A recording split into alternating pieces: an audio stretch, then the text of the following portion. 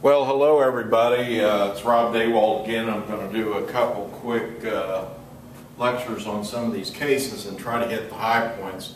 You can always try to contact me at my email.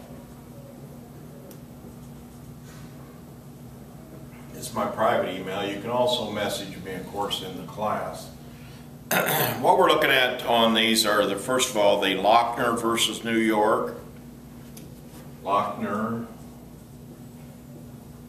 v. New York.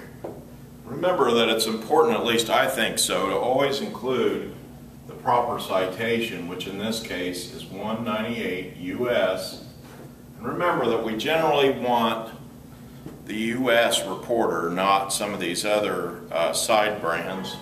45, and this is an S. I'm trying to make it better because I'm making it worse probably, but anyway. And then the year was 1905. So this dates back quite a ways.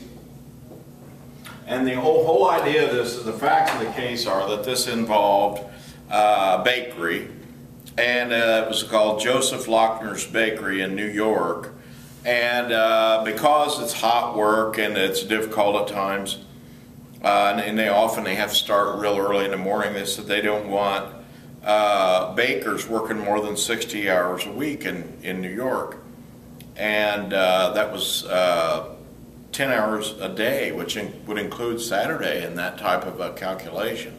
So this Lochner appealed, and the question that was presented was, does the New York law violate the liberty protected by due process, which is the 14th Amendment? In other words, the way they were angling this was the worker should have the right to work as much as he wants to, when actually the health and safety advocates, especially around this time in 1890 up through about 1920, there were quite a group of people that were concerned about things like child labor laws, people working too hard, getting injured at work, things like that. So there was this competition that was going on.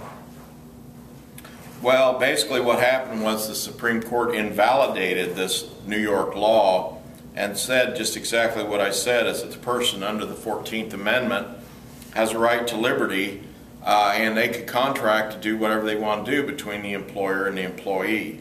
Now this is kind of outdated now today. There's been a lot of other changes where they've come in and said they've been able to establish through experts that it's a safety concern.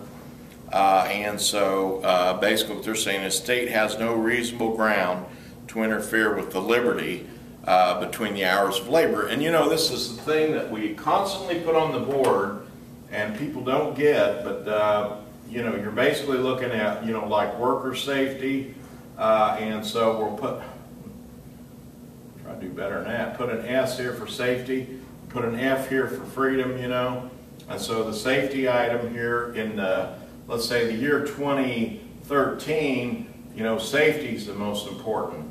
Whereas back in 1905, freedom was more important. So the person had the freedom to contract to work as much as they wanted to. But now the day they've been able to prove through doctors and other experts that if you work too many hours, you become unsafe. And so you're not only unsafe to yourself, you're unsafe to everybody else. So things like this change over time, and we've seen that in a few other things already. But I mean, that's the kind of thing that we have to look at, and we'll revisit this later and see what the new changes are.